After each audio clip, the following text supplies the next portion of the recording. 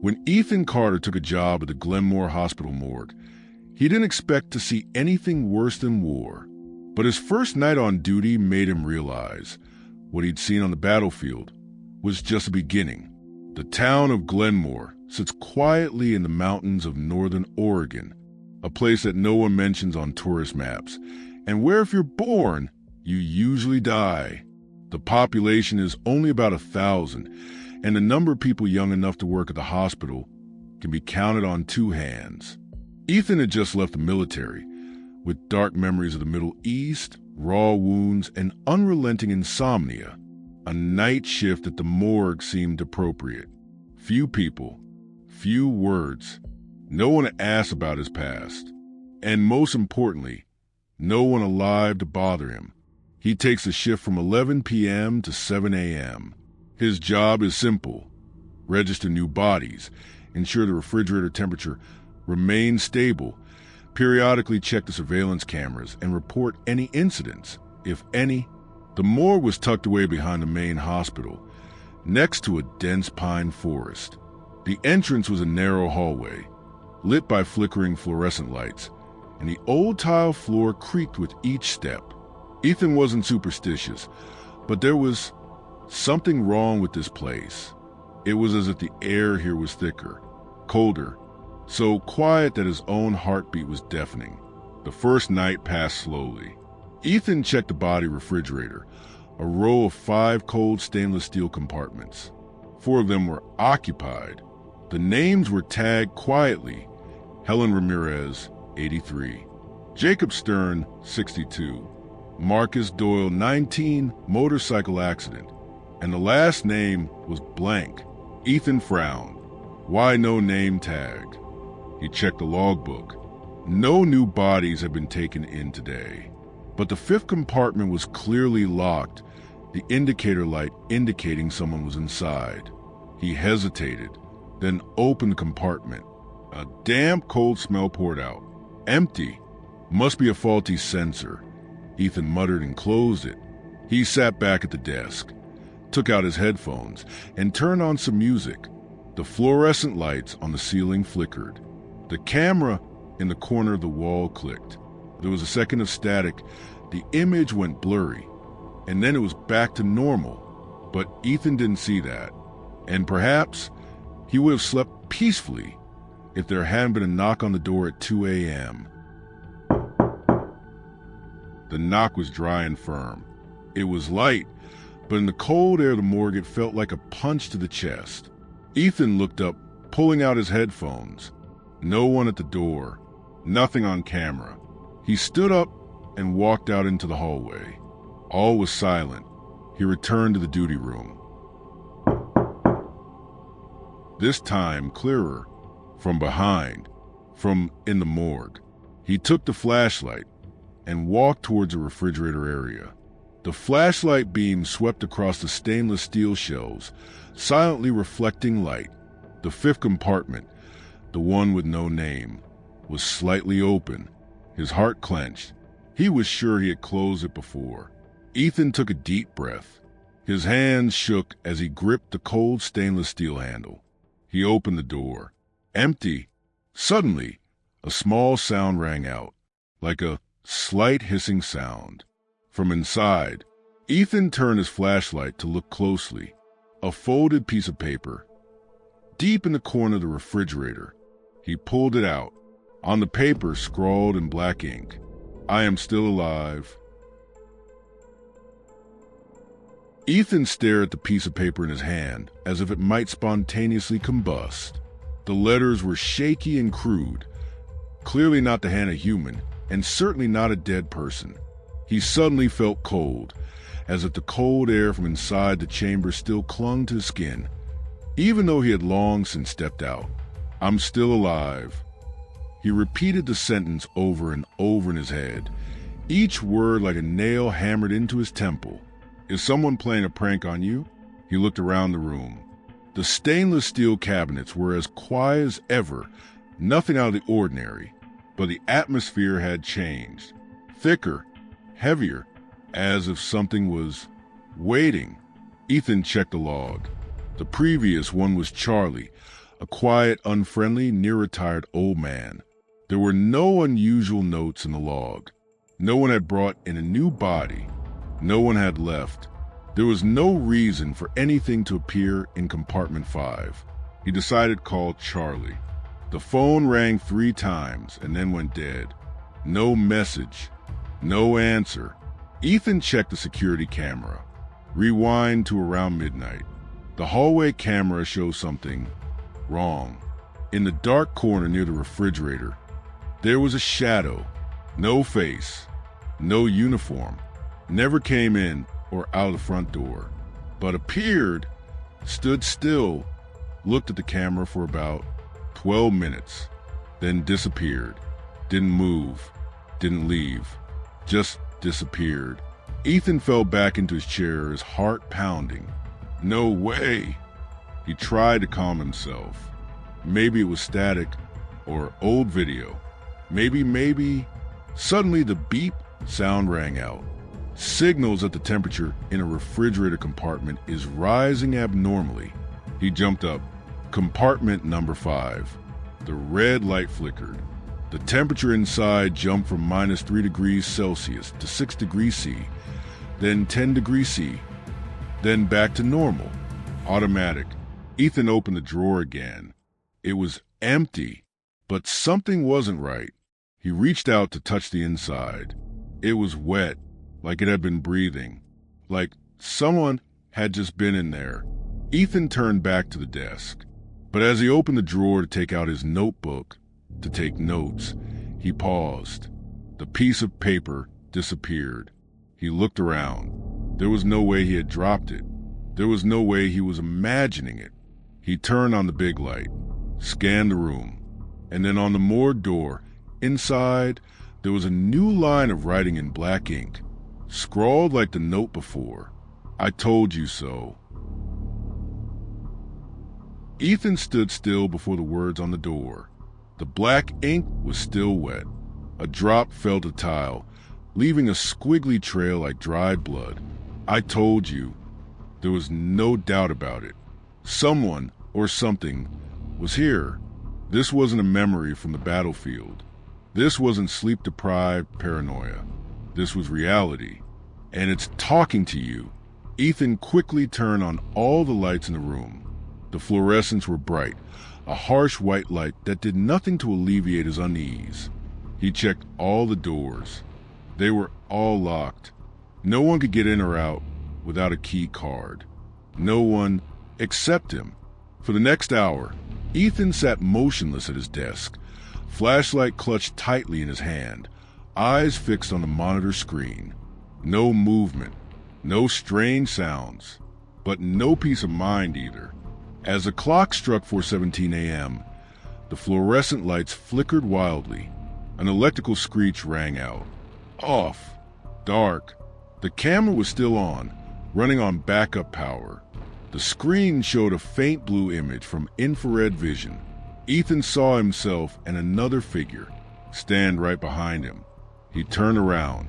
Empty. Ethan's heart was pounding so hard it felt like it was going to burst out of his chest. He was panting, cold sweat pouring out. He turned on the flashlight. The shaky light swept across the room. Suddenly, the sound of a door being unlocked, clear and slow, came into the hallway, where the main entrance to the morgue was. No way. That door only opens with a security card, and you're the only one on duty tonight. Ethan pulled out his keys and ran out into the hallway. The door is ajar.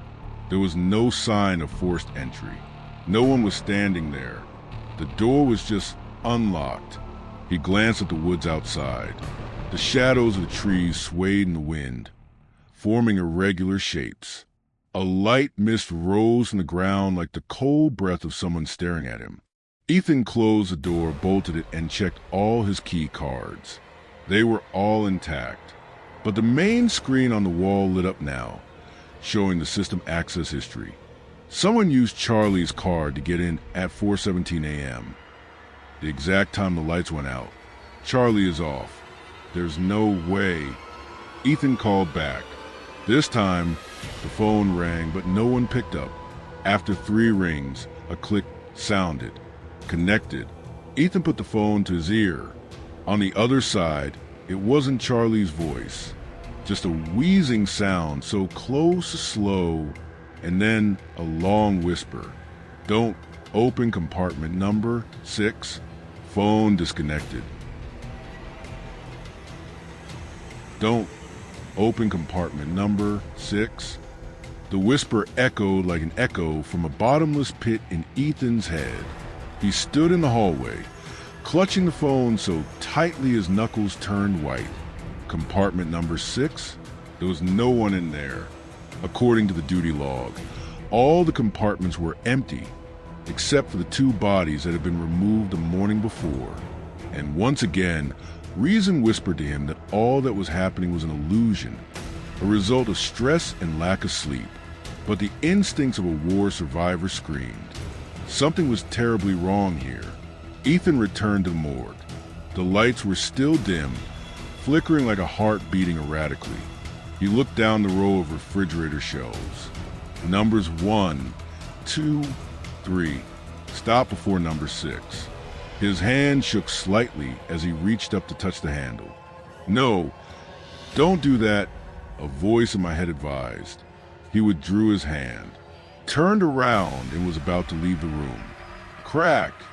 The sound was small, but echoed throughout the cold metal space. Ethan turned his head. The door to compartment number 6 had just opened a small crack. He didn't touch it. Heart pounding, Ethan slowed his steps. The flashlight shone into the small opening. Inside, there was nothing, just darkness. He tilted his head, pressing his ear to the crack. Absolute silence. And then 3 light knocks from inside. Knock, knock, knock. He jumped back, almost dropping the flashlight. Impossible, impossible. Ethan pushed open the cupboard door. Inside was a dead body, not recorded in the profile. A man, about 50 years old. His face was purple, his eyes wide open staring at the ceiling. Ethan backed away. I know this person. It's Dr. Warner, the morgue's chief forensic officer, the one who retired 2 weeks ago, the one who had been placed in this very compartment 2 days after the car accident, according to what he'd read online. But no one at the facility reported it. No one made a record. And most importantly, this body couldn't be here, because Ethan himself cremated him last week. And now he was opening his eyes, staring at Ethan, smiling. Ethan stood frozen, eyes fixed on the body in compartment number 6. Dr. Warner, the man lying there, smiling slightly, as if he were still conscious. But it couldn't be. Ethan remembered the cremation clearly. The smell of smoke and ash, the silent line of people. So what is this thing? A sick joke? A hallucination? Or did the body never leave this place? Ethan stepped back, still clutching the flashlight. He slammed the door to compartment 6 shut, the sharp click echoing through the room like the scraping of metal against his brain. Immediately, a strong smell of formaldehyde rose up. Thick, burning, the heavy smell of a decomposing body being held back by chemicals. Ethan coughed and staggered down the hallway, but the farther he got from compartment 6, the stronger the smell became. He stopped. There's no doubt about it. The smell is spreading throughout the entire facility. And then the emergency lights flashed. Crack, crack, crack. The dim blue light flickered, creating dancing shadows on the wall. But there was no one around him. A series of clicks rang out continuously from the cold room. Ethan turned his head. Each compartment is opening by itself. Number 2, number 5, number 8, number 9. There was no one in there, but the bed sheets were pulled back, as if someone had just stood up and left. Ethan backed away, hitting the wall. On the surveillance screen, camera number 3 flashed once. Then the image appeared. A man is standing in the middle of the morgue. Not Ethan. Couldn't be a reflection. This person was wearing a patient's gown, pale skin, head tilted at an unnatural angle, and he was staring into the camera. Ethan ran into the control room and unplugged the entire surveillance system. The screen went black. He gasped. His eyes scanned the room, searching for something to defend himself with. A stick, a screwdriver, anything. Just then, the facility's internal speakers suddenly came on.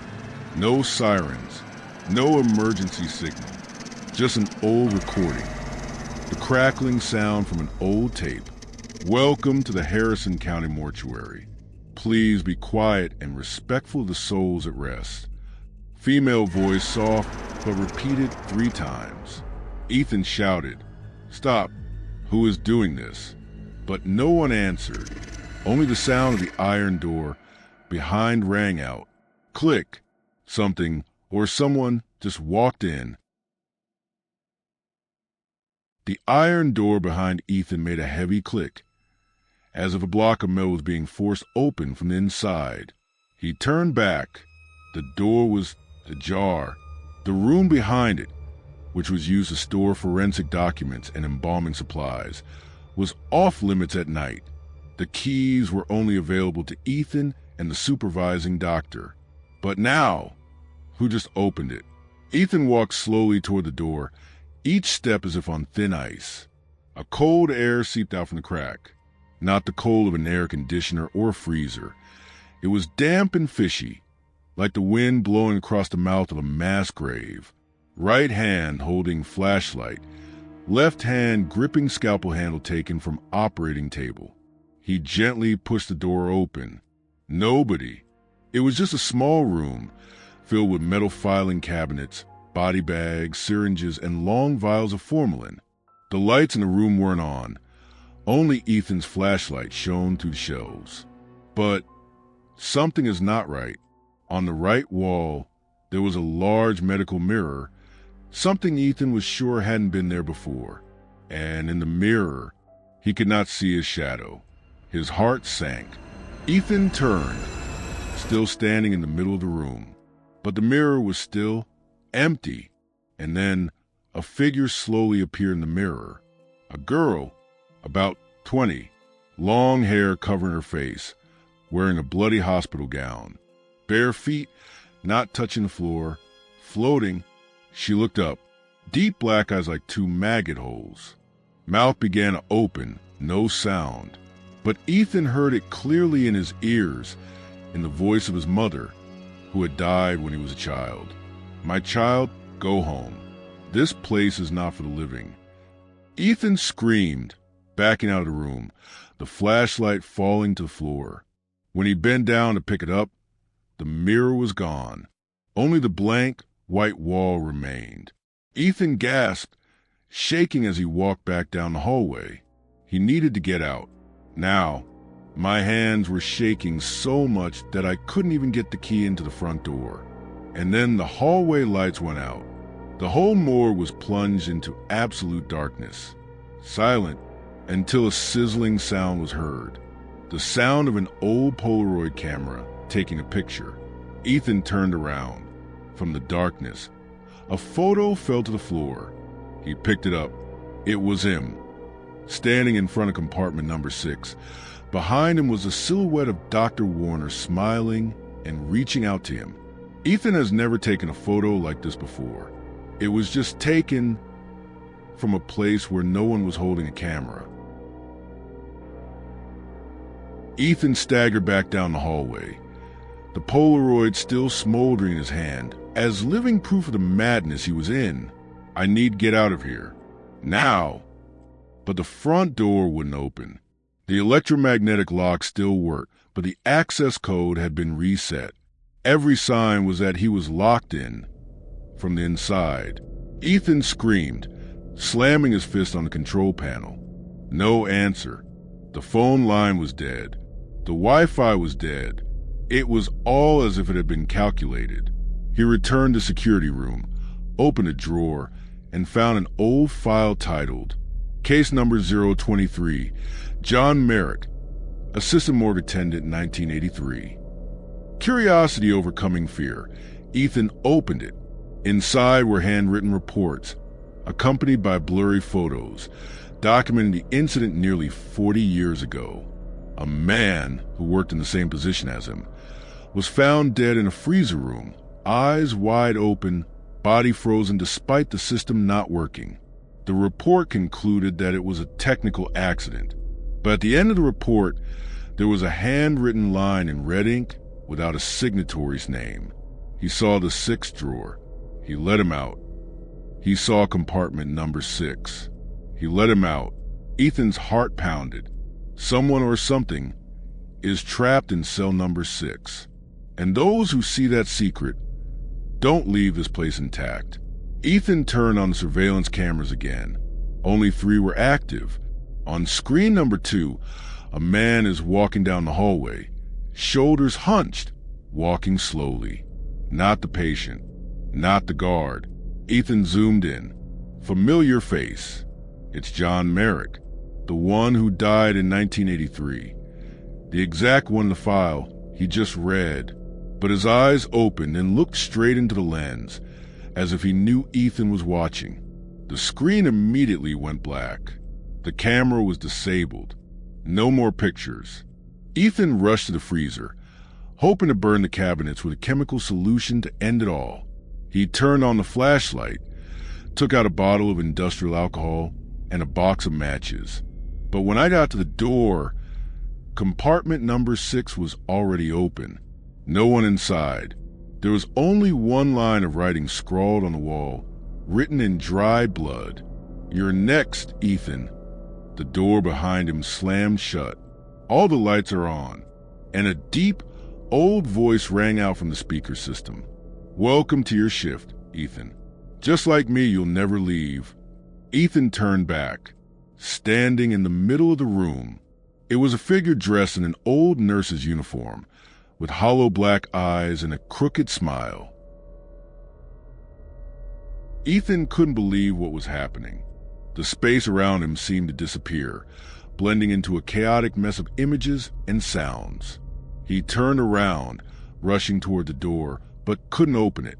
The lights on the ceiling flickered and went out, leaving the room dimly lit only by the flashlight in his hand. The voice from the speaker system rang out again, this time even sharper, seeming to tear through the night. "Ethan, you can't escape. You know too much." He turned, his eyes fixed on the freezer behind him. One by one, the shelves were open, but no one was standing there. No body. No one, just empty darkness. Suddenly, a chuckle came from the darkness. Ethan shivered. His hand holding the flashlight began to shake. He had to get out of here, had to escape this place. But just as he turned his back, a figure appeared right behind him. It was John Merrick, with eyes as black as a pit. He didn't move, just stood there, looking into Ethan's eyes, his face contorted as if he were being strangled. His lips were pressed tightly together, but he still spoke hoarsely. "You will have to choose. Come with us or stay forever." Ethan rushed towards the door again, but still couldn't open it. The center security system had locked all the exits. In an instant, the entire room was covered in a hazy fog. The air became thick and cold. He looked around, his heart pounding. There had to be someone behind those drawers. And then a clacking sound came from the corner of the room. The sound of high heels hitting the ground. Step by step, Ethan turned back. From compartment number 6, a figure stepped out. Dr. Warner. But not the man he knew.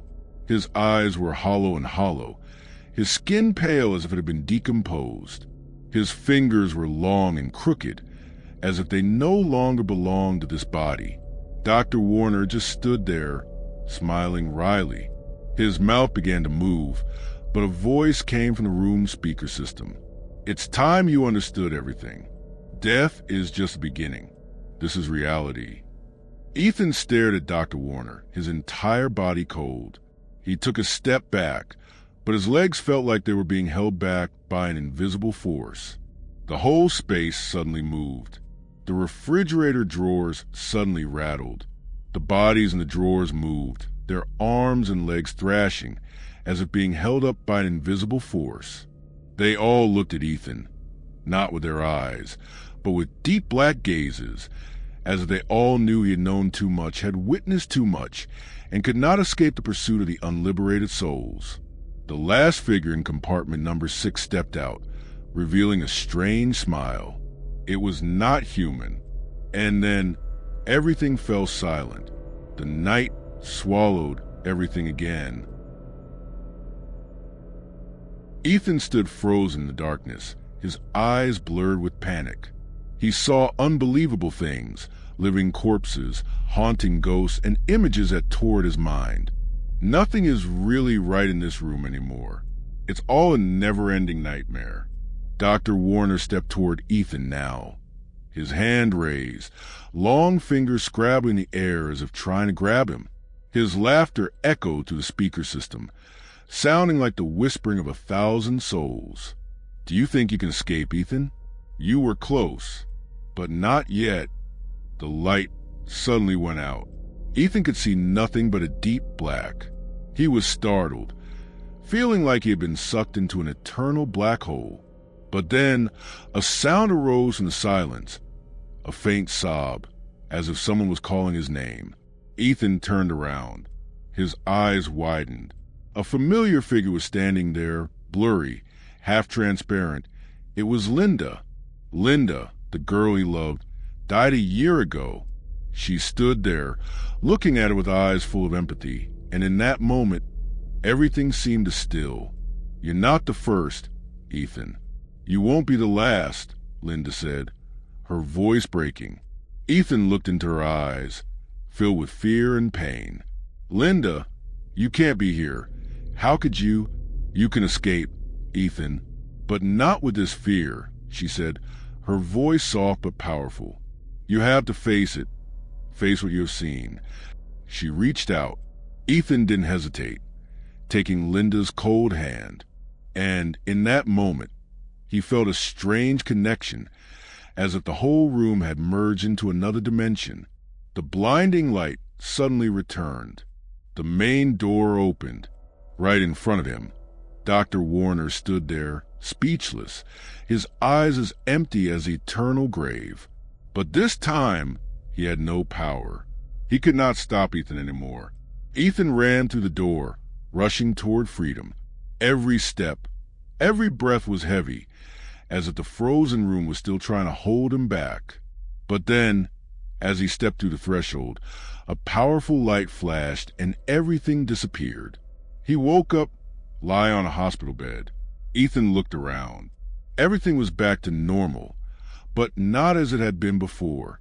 The ghosts, the horrifying images, were gone. But just as he was about to breathe a sigh of relief, his eyes caught sight of a mirror in the room. In the mirror was Linda. She smiled, but her eyes were no longer the eyes he had loved. They were empty and lifeless, as if she had been lost in this very world. On the mirror, red words appeared. "We never really leave." Linda's shadow stood silently, looking at him. Ethan understood that, even if he escaped from that criminal environment, something dark forever would still follow him and would never forgive.